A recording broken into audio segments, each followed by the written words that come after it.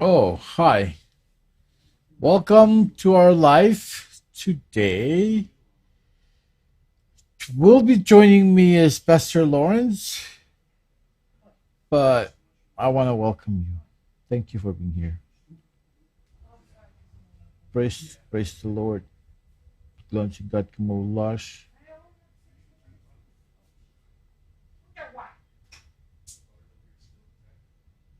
Pangos.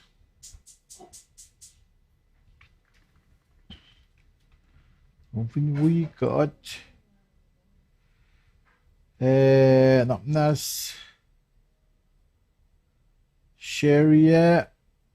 Oh, I'm so sorry. I forgot that I'm with I'm a Momusa now. So, welcome, welcome.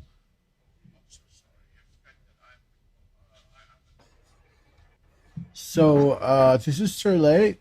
What? Oh, Pastor Lawrence, hi. Hello.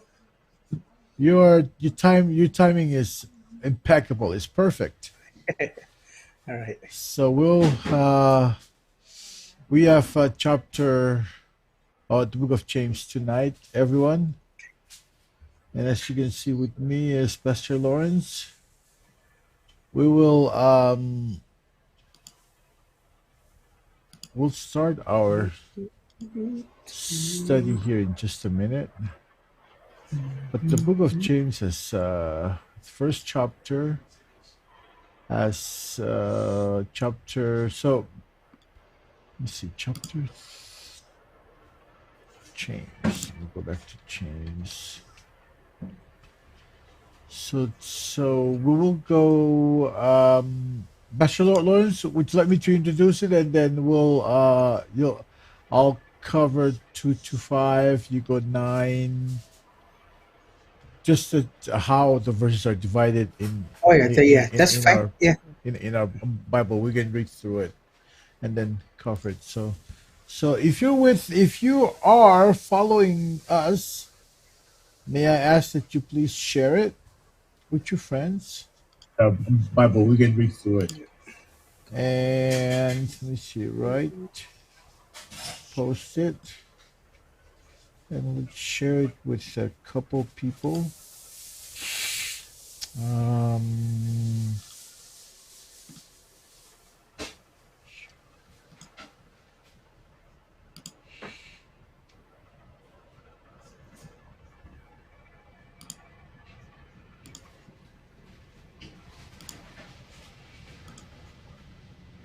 so the book of James is tonight. So Pastor Lawrence and I will share we'll both leading the discussion for tonight. So when you we'll start you in just a minute. Let's wait for a couple more people. Mr. Lawrence, is that okay? We wait for a couple of Oh yeah, people that's fine. to show up, and then we start. It's good to go.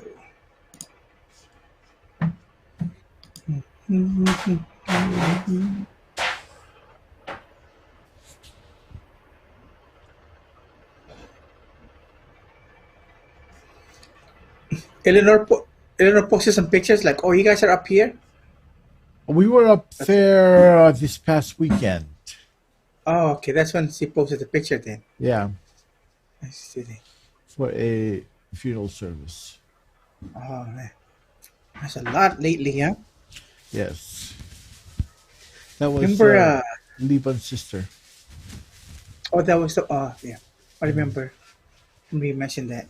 yeah, Remember Anderson from Iowa? I heard. Yeah, Yeah, wow, tragic. young Yes. man. Yeah. So continue to pray for them. Yeah, wow. Okay, so long. I think we can go ahead and start. Okay. All right. So we'll after the intro, then if I can ask you to pray and open, and then I can Oh yeah. introduce our study tonight. Sounds good. All right, stand by.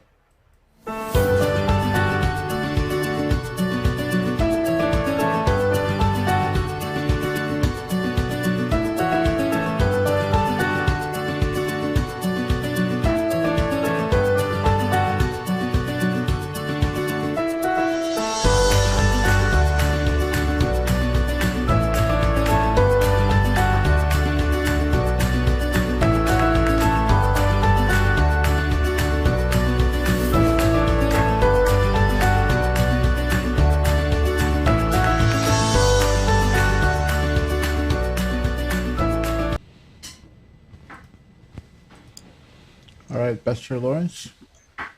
All right. Well, thank you guys again for joining us on this Wednesday evening for our weekly Bible study. We thank God for all that He has done in our lives this weekend until now. I know there's a lot of traveling on behalf of Shirley and the family, so we continue to praise God for their safety and that the time that we're allowed this evening to join you guys. We're also thankful for just being able to come online and to just share and to teach about what God has for us as we're starting in, or not starting, continuing in the book of James. That's where we're going to be today, James chapter 1. So it's just something that we've been planning and thinking about doing, but with events that have come into, into our ministries that we've been looking after or doing, now we're back again to continue in the book of James. So we thank you guys, and like always, if you can and are able, go ahead and like and then share the page. We know that God's word, it's that powerful that it can change the life of our loved ones, our friends, and anybody that gets a chance to watch it. And we're at that point now where it's so easy to do this. Yeah, we can just send it. One of the challenges or the encouragement that we had was from Ephesians, when Paul said, even though while he was in jail, he was writing. And so instead of us writing letters to the churches and to people, we're able to join you guys online. So if it's possible for you, go ahead and like and then share it to your families and to your friends, or just sharing your page. And we'll be in James chapter 1 today. We also want to bring in into our prayers the families are going through any kind of trials, or any passing away of loved ones. It's a tough thing to understand, but our trust in the Lord is that whatever happens in this world, that things will be okay, and that things will be brought to perfection in His presence. So that's why we do this, because we know that death, it doesn't discriminate, and at the same time it can be random. But what we have faith in is that our Lord and Savior has overcome death, and so we have the privilege and the honor and the grace of God to continue to live this life, knowing and hoping that things will be perfect when we are in the presence of God. So let's continue to pray for all the other nations and how they are struggling as Christians to worship and praise the Lord. Let's also pray for our families and all the other island fellowships has taken place here on these nations, as we know that Shirley is helping with the Cosrine ministry along with other Sato and everybody else. We each have been called to different ministries, but we come together to serve the Lord because it is our heart and our passion that we serve God. So continue to pray for us as well. And I know that we get tired. We are also humans. And I know we are limited in resources and on time. But the Lord our God is spirit. So wherever you're at, God can be with you and God will be with you. So again, thank you guys for joining us this evening. And so I'll go ahead and pray, and then we'll go on with our sharing and our discussion for the evening. So let us pray. Our Heavenly Father, we thank you, Lord, for another opportunity that you've given us to meet here this evening through phone or by online computers.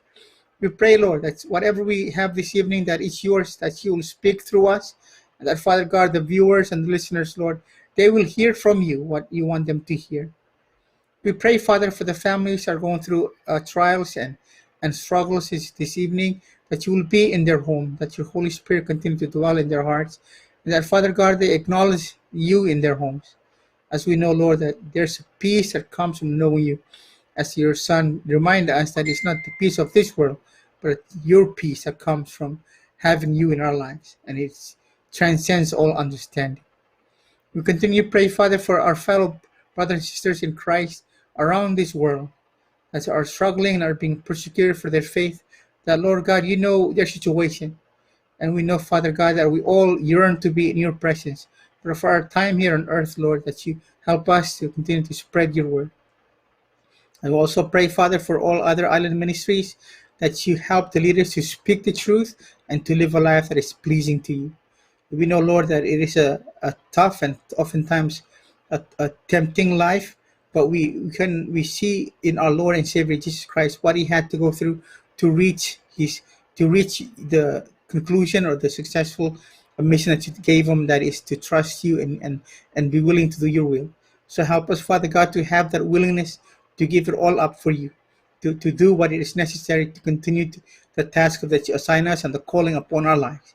That is to share your word and to stand for you and to continue, Lord God, to stand in the gap between you and our people. We want, Father God, our people to come to know you, not our people, but your people, O Lord. We want people to come to understand how loving and how forgiving a God you are.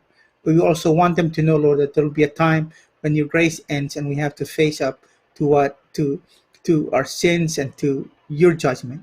So I pray that we each, Father God, take the opportunity to come to know you now and to confess you that Jesus is Lord in our life. Again, thank you for Shirley.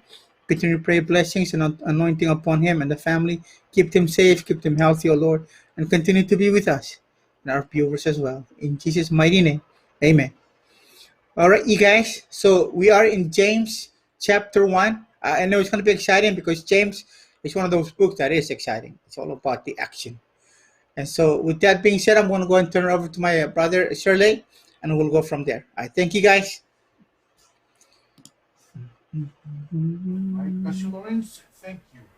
Thank you for that prayer. And my part here is that I will introduce our study for tonight, or the book of James.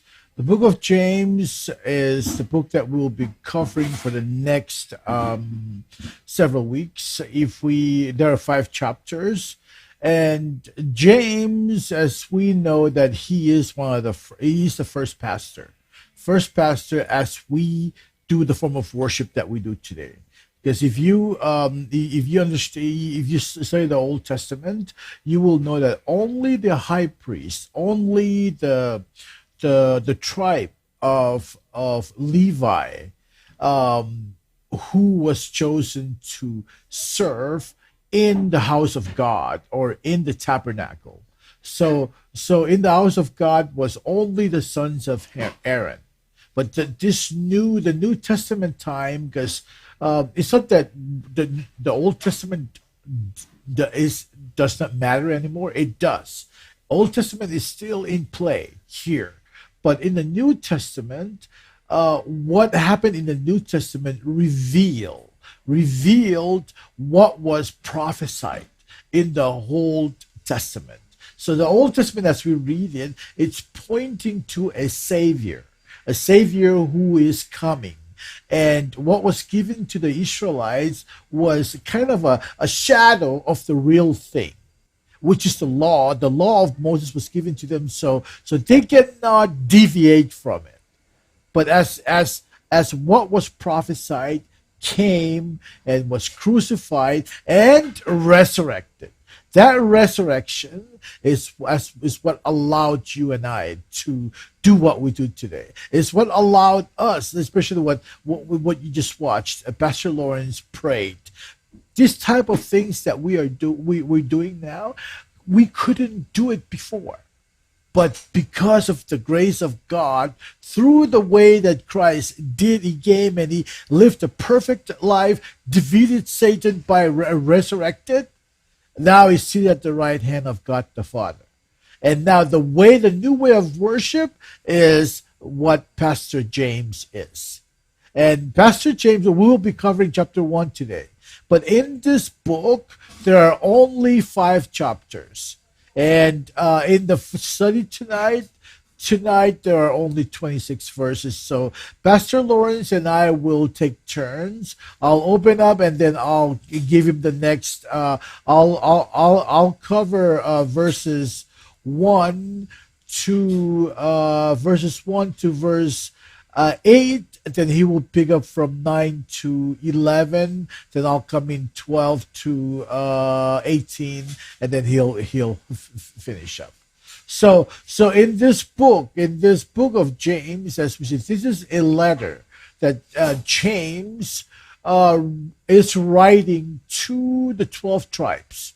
The 12 tribes who were at the time were in among many nations, especially in the Gentile nations. So he was writing to them to encourage them with this gospel or this good news. So he will be talking about in chapter 1. Chapter 1 mainly is reminding them to stand with confidence. And that's what Pastor Lawrence and I will be mainly talking about and reading through this chapter. And that our goal is that when you leave tonight, you will know why you do things. You will know the why you worship this God, what confidence you should have. And then chapter 2, which we're not covering today, it talks about serve with compassion. Compassion, when you do things with compassion, you don't have somebody to watch you to do good. You do it because it is right. It is from the heart. And then how we take care. Chapter 3 talks about how we take care of each other. We speak with care. You don't just use your words uncontrollably. You use your words very carefully. And chapter 4 talks about what a contrite heart is. Contrite heart is not a broken heart that cannot do anything, but it's a broken heart that is very submissive. Because that person with a broken heart is very has humility. And then the last chapter, chapter 5, is to share with care, and it's a reason why we believers must come together and learn to work with one another. So, as I was saying, we're gonna go to verse 1. I will cover verses 1 to let me look at my Bible. Verses 1 to verse 8, and then Pastor Lawrence will take over from 9 to 11. Then I'll come back, and then we'll just alternate. So if you look at chapter 1, verse 1, you will see that it is a salutation. It is a greeting. You know, like when you write to someone, you say, "Hello, how are you doing? This is Sir Lay. I wanted to just introduce myself." This is kind of like what that first passage is, or that first verses. And if you see that, in this letter, James did not put his title. One of the assumption why James did not put his title was that it was assumed that those who read it would know that he is a servant of God, or he's a pastor, or he is a preacher. And then he used a servant of God, of the Lord Jesus Christ. So he equivocate. He knows that God the Father and God the Son, they are in the same status. So he uses this salutation to describe him, that he is a servant of the Most High. And that tells us, with that greeting, tells us who James is. And the purpose of this letter, as you can see, it says, to the 12 tribes in the dispersion, who are scattered among the Gentile nations. So he's writing to them to encourage them. And he starts with greetings. My brothers and my sisters, whenever you face trial of any kind, and I think that we talked about this, about what our faith is. So he was addressing brothers, but as you read, sisters are also inclusive in this. Before I go into this, let me say something else that you may not know. You may not know about James. The Hebrew name, or the Greek name for James, is Jacobos. Jacobos, which comes from a Hebrew name by Jacob. So what that means is, James, the word James, is an American transliteration of the name Jacob. So why they picked you to use James? Nobody knows. But James is not a Greek name, but Jacobos is a Greek name. So it could be that when King James was, the first English Bible that was translated from Greek, or from different languages, papyrus, into Greek, was King James. So James, maybe that's the reason why they used the word the name James, but the original name was Jacobos, which is translated as Jacob. So I didn't know this until I saw this, and I thought I'd share it. So for you and I, we from now on we know that the book of James, the original name was Jacob or Jacob or Jake, and now since the Bible is written in English, they use the name James. Anyways, to continue on with this is that James was Pastor James or Jacobos was writing to encourage them with of their faith and their wisdom. If you see, when you face trial of any kind, consider it nothing but joy, full of joy. In some translation, uses the word complete joy. So whatever that they are facing in life, in their trials and tribulation, they are to consider it. They are to take on and know that, oh, this is ways to build me up. Why did James say that in verse 3? He said, because you know that the testing of your faith produces endurance. See, nothing that can get better does anything that gets better needs to be refined. Let's say, like, if you want to lose weight, what do you have to do? You don't continue sleep and be lazy, but you go and do something. You go and work out. You go and run. You go and prepare yourself. Even when we talk about if you're gonna compete, whatever that you do, you gotta put your body to test, and that's how you get better. And that is exactly what James is writing to them to encourage them about their faith. Their faith, when they consider any trials and tribulations or whatever that comes their way, they take it because their faith produces endurance. And verse 4, let endurance have its full effect.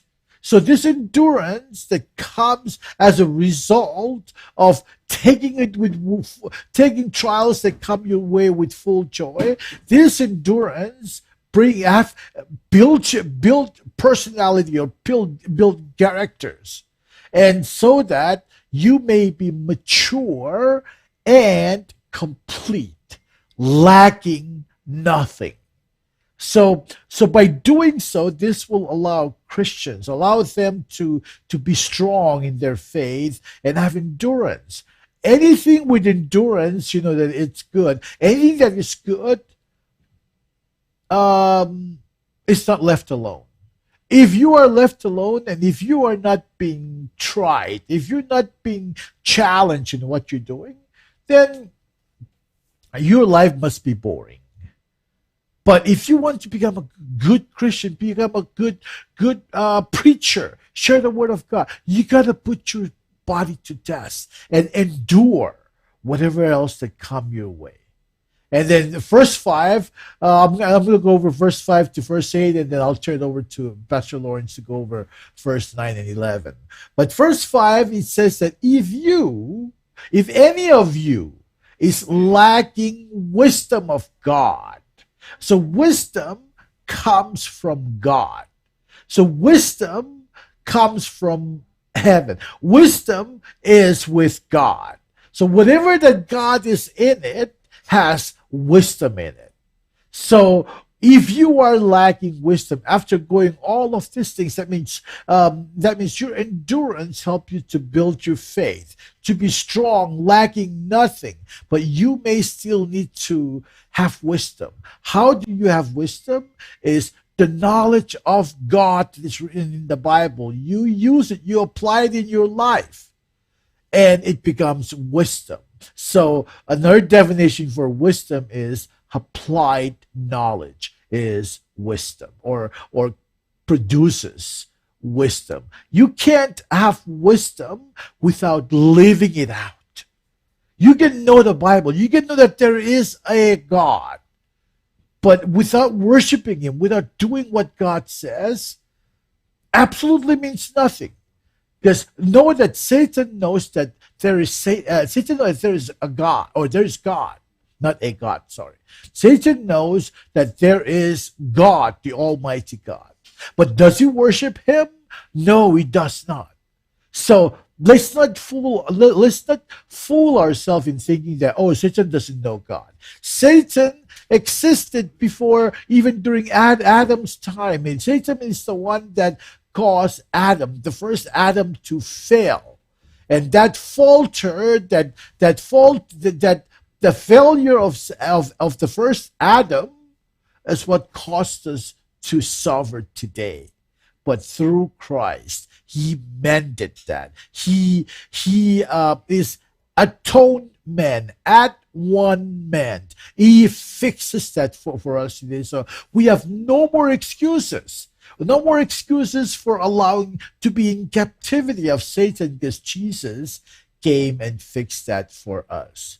In verse 5, it says that if we're lacking wisdom, ask God, who gives all generously and ungrudgingly.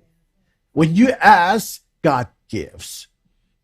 So let's not wait. When we know we're lacking wisdom, let's go before God.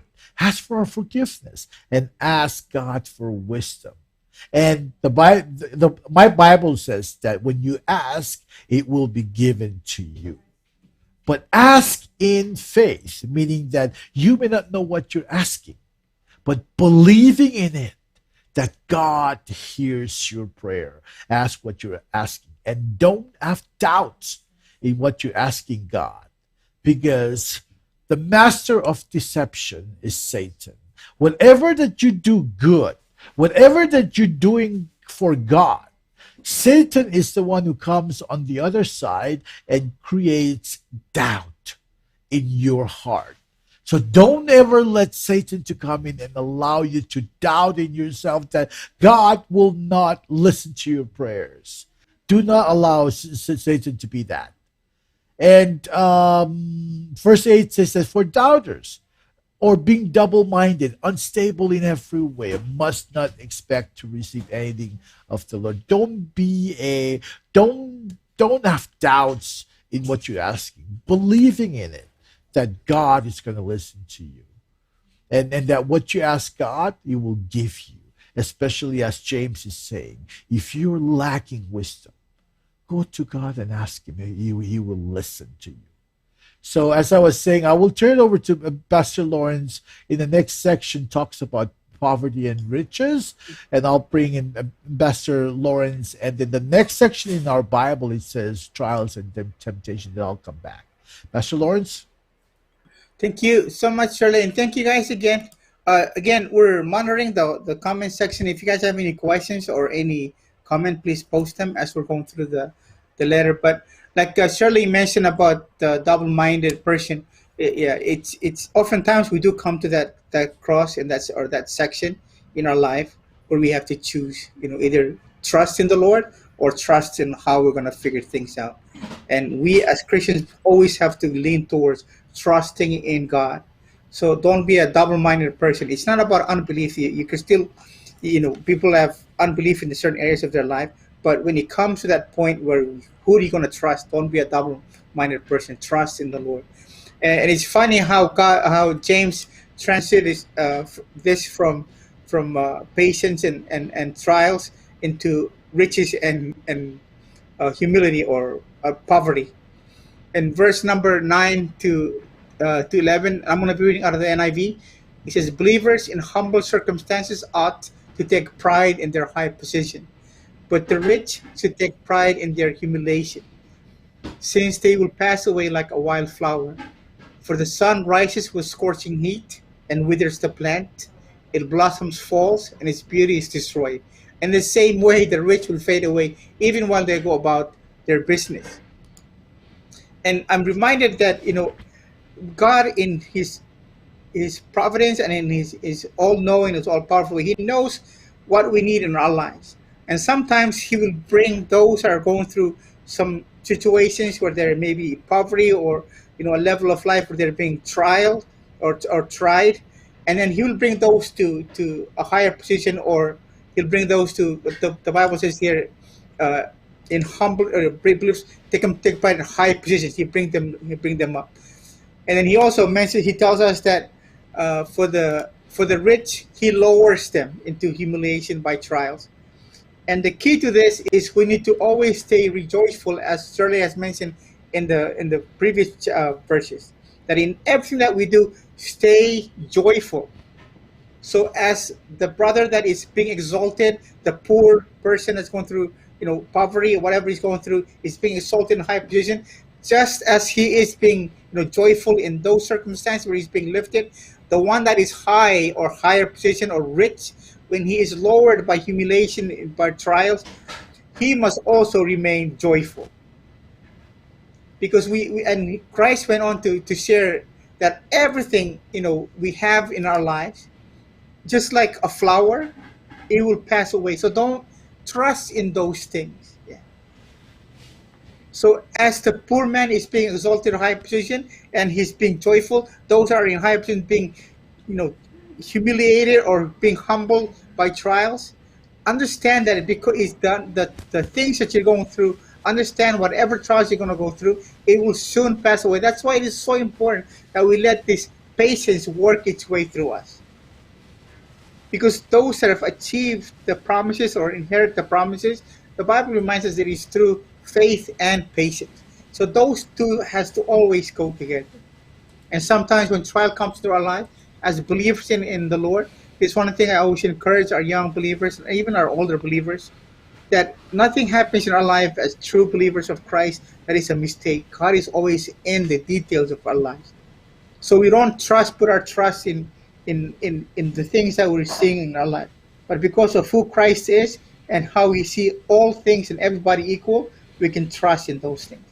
And just like the riches, the flowers also pass away. And just like the flowers, all our riches in time will fade away, and we'll continue to live a life of joyfulness and a life of being uh, servitude to the God that we serve. So I'm gonna uh, I'm gonna see if Shirley has anything he wants to add to it, and then we'll continue on with the rest. All right, Pastor Lawrence, I think we're good. I think I'm good. We can continue on to verses 12 to 18, which talks about trials and temptation, and then you can come in and then close the chapter. All right, cool. So let's continue to verse 12. Verse 12, verse 12 to 18. If you look at your Bible, Bachelor is reading out of NIV, and I'm reading out of NRSV, New Revised NR Standard Version. It doesn't matter what version that you use. If you understand it, go for it. If you read and it's clear for you, use it. If you use NLT, New Living Translation, and if you understand the Word of God, stay with it. The only reason I was with Pastor Lawrence using NIV until I start taking classes, and most of the classes I take, they require us to use NRSV. So that's why I'm using NRSV. That's the only reason why I'm using it. If I wasn't in school, I'd also be reading out of NIV, because NIV is New International Version that all of us understand. So trial and temptation. There's one of the things that we tend to think that God does is that we think that God actually brings temptation to us, and James is highlighting it here. He's saying that, but before we do, let's read verse 12. Blessed is the one who endures temptation. Such the one has stood the test and will receive crown of life that the Lord has promised to those who love him. The verse 13, highlighted. No one, when tempted, should say, I am being tempted by God. For God cannot be tempted by evil, and he himself tempts no one. So this verse here now gives you and I the certainty that God does not tempt us. what the temptations that you and I go through, God allows this temptation to come to those individual or to us, with that in mind, that God knows it all. God is omniscient. He knows that you will overcome it. God does not give us anything that we cannot handle. If you read 1 Corinthians 10:13, Paul highlighted there. Paul talks about it clearly in that passage, that nothing that comes our way, whatever that comes our way, God already knows that we can overcome it. Our level of faith can overcome it. What I'm saying, and as an example, is the temptation that goes to Pastor Lawrence is different than the temptation that comes my way, because he's a pastor and I'm not a pastor yet. But as a pastor, he goes through a lot more. And as somebody like me, I go through something that a regular person would not be able to handle. So the different level of temptation is different to each individual, and that's one reason why a man of God, you have to respect any man of God, anyone who serves, pastors, you respect them. Why? Because they go through some stuff that you and I, that's normal people, regular people, don't go through. So what they go through is harsher, is harder than what a regular Joe Blow receives. So what this is, let's not eat. James wanted it to be clear to this Israelite that what they're going through, God allows it. But it is not God who tempts. The tempter is Satan. Because Satan, if you read the book of Job, he was just wandering in the universe, and then God says, "Hey, I bet you I have a man who fears me, who will not bow to you." And Satan says, "Well, look at him. You bless him with a beautiful family, with wealth. If I took all this away, he would not love you anymore." And God says, "Go for it." I'm paraphrasing. Go for it, but one thing: do not touch it. Do not take away his life. And what that tells you and me is that Satan only comes when God allows it. This is a beautiful thing as believers to know, that whatever that you go through, do not blame God, because Satan is the one who's trying to catch you, who's trying to trip you. And if you do trip, if you do fall, get up and walk again, knowing that God always loves you. And continue on in reading this is, for God cannot be tempted by evil, or he himself tempts no one. Verse 14, no one is tempted by his own desire. But one is tempted. Listen to this, I misread it. But one is tempted by his own desire, being lured and enticed in it.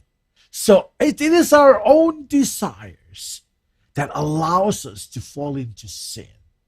So that is the reason why Paul says in Romans 12, 1 and 2, to renew our mind and to be a living sacrifice. And renew our mind. Do not conform to the worldly things, but by renewing of our minds. So this is the transformation that should come from within. So when we continue to renew our mind, as Paul talks about in Romans 12, then we will know that when temptation comes our way, we will be able to overcome it. Verse 15, that when desire is conceived, it gives the birth of sin, or birth to sin. And that sin, when it's fully grown, gives birth to death. Do not be deceived, my beloved. So our temptation, because of our desires, we give into this temptation. And when we give into this temptation, then we fall into sin. And again, I'm going to go back to Paul. He says in Romans, the book of Romans, that the wages of sin is death. Death, physical and spiritual death, is the wages of sin. So let us not give in to this temptation. Let us not allow our desires to be the one that make us, or our desires to be the one that allows us to give in into this temptation. God does not tempt us. God loves us. God is good. All the time, He is good. But He allows things. Why? Because this temptation that comes our way will shape us. We have to endure it. Endure it so that way we can be fully mature and lacking nothing. In verse 17, every generous act of giving with every perfect give is from above, coming down from Father of lights, whom there is no variation or shadow due to change. In other words, God is good.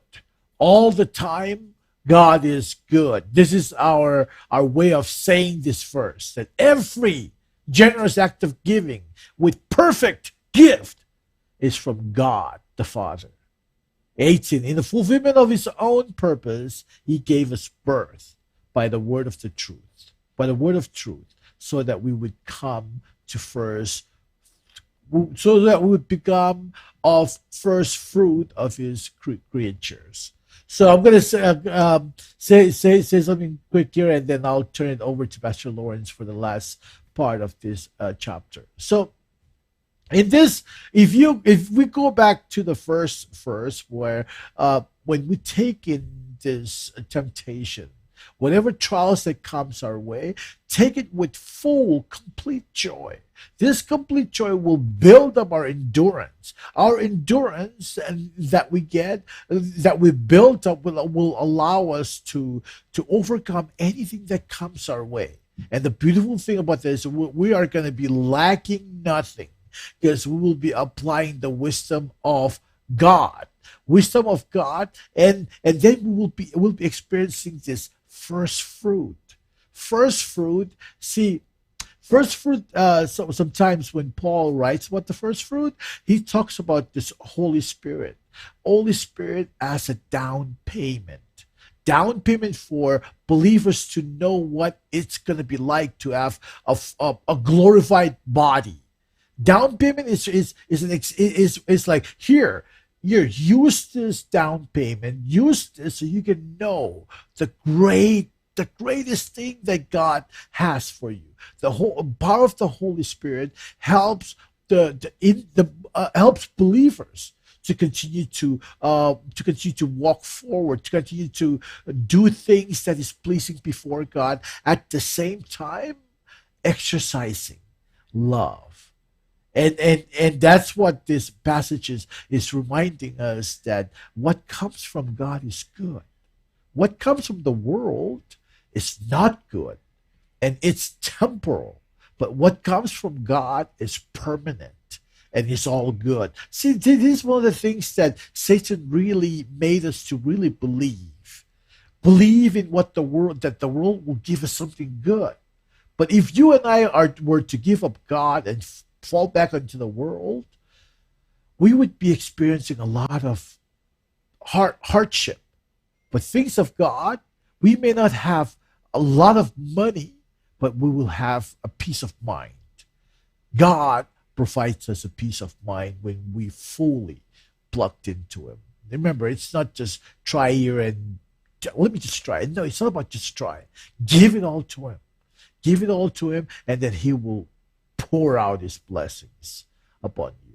So praise God for this study. Once again, as I was saying, that I will turn it over to Pastor Lawrence to summarize this final verses in chapter 1. Pastor Lawrence. Thank you, Shirley. Thank you, guys. Thank you, guys, again for. And like I mentioned earlier, we're still monitoring the comment section. If you guys have any questions or anything, just put it there, and then we'll get to it as soon as we can. And like always, if you have any prayer requests or anything, please do that. We are people that truly believe what we read, and that we know that in the way that we do things is continue to trust the Lord for all things. We go with the Lord with full faith, expecting and knowing that God is a God that can do all things in our lives. So the conclusion of this chapter is from verse 19 to verse 27. And it says, "My dear brothers and sisters, take note of this. Everyone should be quick to listen, slow to speak, and slow to become angry, because human anger does not produce the righteousness that God desires." There's a way for us to actually, and this is built on the very first premises of patience. When something comes into your life, whether it's a challenge, a trial, wait on God. Instead of us, trying to figure out on our own what we need to do, trying to figure out what to do, trust in the Lord. And that's where it is so important to understand that you let the patience of God to work through you and the wisdom of God. And to understand who God is and his righteousness. Whatever God is going to allow in our life, we know that it's going to work out for our good. Most of us have yet come to that point where we allow God to work through us what he wants to work through us. We go to the point where we start hurting, and then we pull back, and we don't allow God to work truly through us. So one of the ways that God teaches us not to be angry is to slow to speak. Listen. And not only just listen to the wise teachings of your elders, but listen to God especially. When something comes, just allow yourself, because we can come to the point where you can ask God this question: God, is this something that you're going to remove from me, or is this something that you want me to learn something from? Because oftentimes when you don't get to that point, what we do is we get angry, and that produces something that is not righteousness, that is not what God desires in our life. So the Lord tells us again, get rid of, verse 21, of all moral filth and evil that is so prevalent, and humbly accept the word planted in you, which can save you. In other words, receive the word planted in you. Because the word of God, as we know, is Jesus Christ, and he is the one that can save us. And so this is the word that we're listening to now. And he goes into verse 22. He said, not just to listen to it, because we have a lot of people, I know in the Bible reminds us, or it points out that we get puffed up in the head, or puffed head. It means we get a lot of knowledge, but there's no way for us to release it in our actions or our obedience. So we just go around with that. Yeah, I know that. I know that. And I hear this a lot from other Christians, other believers as well. As soon as they come with me to share something to me with a problem, I'll share something with them from the Word of God. And then the first response that I get back is, I know that. It just breaks my heart, because I want to tell them, like, if you know what, why are you not doing it? And it's where James comes in again to remind us that not just to listen to the word of God, not to get puffed up in knowledge, but to be doers of the word. Do what it says. And just like verse 23, it reminds of someone who goes in, look in themselves in the mirror, and then just after looking at himself goes away and immediately forgets what he looks like. But in the morning when you get all ready to go to work or go to school, whatever you need to do, one of the things that we do before we get out the door is we actually take the time to really look at ourselves. Is my makeup on properly? Is all the shadings and all everything else? Is my clothes buttoned up? Is everything else that I'm wearing matches? And if it doesn't, what we do is we go back and we fix ourselves before we go. If you go with knowing that you're messed up, this is what he goes on to say in verse 24. He goes away and you forget what you look like, meaning you're still living in that old version of yourself. But see, this is the trick, you guys, to this. I hope you get the wisdom into your heart. That when they look at the mirror and they see themselves, the mirror itself cannot fix them. They have to get something else to help them or do something else. And so when we look at the word of God, it tells us what is wrong with us. And just like what Shirley referenced to, there was a time when we were living in the Old Testament where the law was there for us. We had to live according to the law, which we knew it could not be accomplished. We failed and we're breaking the law each and every day. So looking at the law of God, we see how weak and how sinful and wicked we are. But this is the good part about God. This is the best thing about the Lord, is what he ever gives us is good and perfect. Is he gave us Jesus Christ to help us overcome our flawness, overcome the weaknesses in our lives. So when we look at the Word of God and see how wicked we are, we should not fall back like, oh, I can't do that. This is too much for me. But always remember who is there with you. And then verse 25 said, but whoever looks intently into the perfect law that gives freedom and continues in it, not forgetting what they have heard, but doing it, they will be blessed in whatever they do.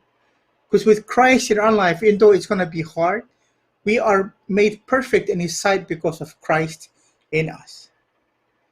It is something that we always have to go back to the point where the gospel reminds us of who Christ is, being the good news. Why is there have to be good news? Because there is bad news. And the bad news is if you live by yourself trying to do things on your own, you're going to end up having to pay for your own sins, which we know that the payment of sins is death. So you will be discarded and you will be thrown into the pit of fire. But if you acknowledge that Christ is Lord in your life, what happens is now He is paying, and He has paid for your sins. So whatever is wrong with you when you look into the Word of God, whatever is wrong when you read God and the Holy Spirit convicts you or reminds you of the sinful things in your life, with Christ in your life, you know that you are forgiven. And one of the verses in 1 John chapter 1 verse 9, it reminds us that we have a God that is love and forgiving and just, that if we confess our sins to Him, that He is forgiving and just, that He will forgive all our sins and take away our unrighteousness. So again, we're going towards the perfection that is to live a life in freedom and continue to be blessed in whatever we do. And so verse 26 to 27 says, those who consider themselves religious yet do not keep a tight rein on their tongues deceive themselves. Their religion is worthless. It's all again coming down to the point of how we perceive ourselves as Christians, not just what we say, but how our life is. We have those that have been living a life that is so righteous in their own way that they're making themselves known for what they do instead of what God has done in our lives. And we know that kind of religion where it's in the works of themselves and not God, allowing God to do what it has been done in their life. Because when we continue to read James, there's a point where God reminds us that if we do something without faith, it's a sin. And that's where our religion or our way of life becomes worthless. And we often say this in ministry, that it is not about religion, it's about relationship with the Lord. But there is a religion that God our Father accepts, and that is in verse 27. The religion that God our Father accepts as pure and faultless is this: to look after orphans and their widows in their distress, and to keep oneself from being polluted by the world. Meaning we have to look upon this. We know in their culture, an orphan or a widow is seen as sometimes an outcast. But that's where we need to come in as Christians, not to look at others the way the world sees them, but the way Christ sees them. They are equal in all of people's eyes. And also to not, as Shirley mentioned and referenced in Romans chapter 12, verse 1 and 2, that not to be polluted by the world, and to be renewed by the Word of God, and continue to be renewed by the transforming of our minds. The Word of God is not just information, but it's a transformation when you get into it and you start reading it and you're letting God work in your life. And that being said, that's pretty much all I got. If you want to add something to it. So Lawrence, thank you. I think that was really good. I want to leave it there. Yeah. Okay. Thank you. All right, you guys. Thank you again for joining us. And next week we'll continue with chapter 2. But if you have questions or any prayer requests or any comments, please comment them in the comment section or send us your prayer requests, by messages if you want to put them online. And we do prayer nights, and we'll be more than happy to join you in prayers. Again, Shirley is coming down from he's in California, and I'm here in Washington State. Yeah, but we are more than willing to take the time to spend with each and everyone. This is the calling upon our lives. It's not a job, but just a calling that God has called upon us to do. So the sacrifice that we make it in trust with what God has given us. So, God has provided, and God will always provide as we continue to do His bit. But yeah, this is one of the books that we're really interested in doing because it applies to what we do. We don't just people that just do this walk, talk about this walk, but actually we're living it. And, the trials will come, Yeah, one of the things I'm sharing with our guys and some of the things I'm learning as well is Christians, we don't ask why is bad things happening to me. Christians, we ask when is it going to happen. As we remember in John chapter 16, verse 33, that Christ himself said that in this world you will face tribulation, but to be of good cheer because he has overcome it. It's a promise that we know, and Paul and Peter reminds us again: don't be surprised when you're dealing with fiery ordeals, as if something strange is happening to you. Because look at the one we're serving. Look at the one we're following, Christ Himself. What He had to go through on this earth to achieve the glorious things that He is experiencing now. And brothers and sisters, that's what I'm looking forward to. Yeah, as Amen. we're going through here in this life, yeah, I know that something great is going to come.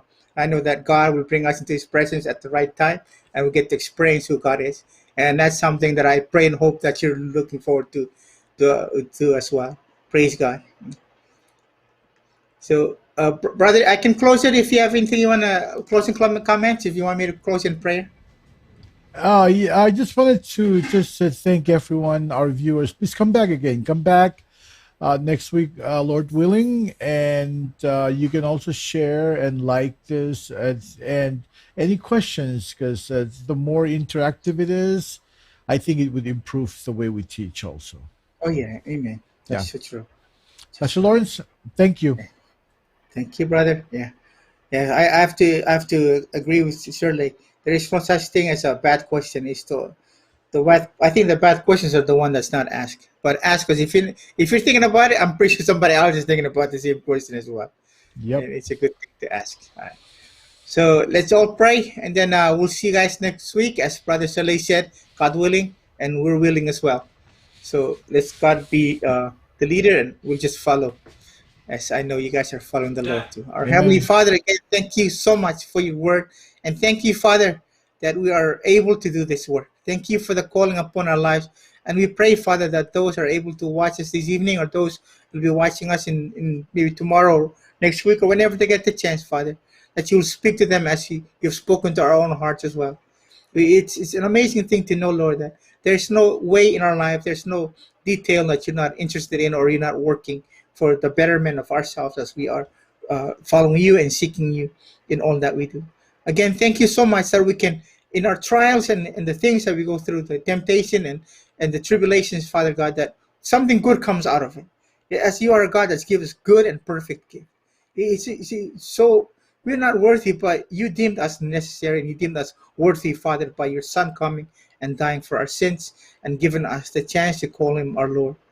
So I pray now for each and everyone that is watching that you continue to bless us and that you keep us, oh Lord, that you continue to turn your face upon us, that you give us the grace and give us the peace that we need as you continue to smile upon each and everyone.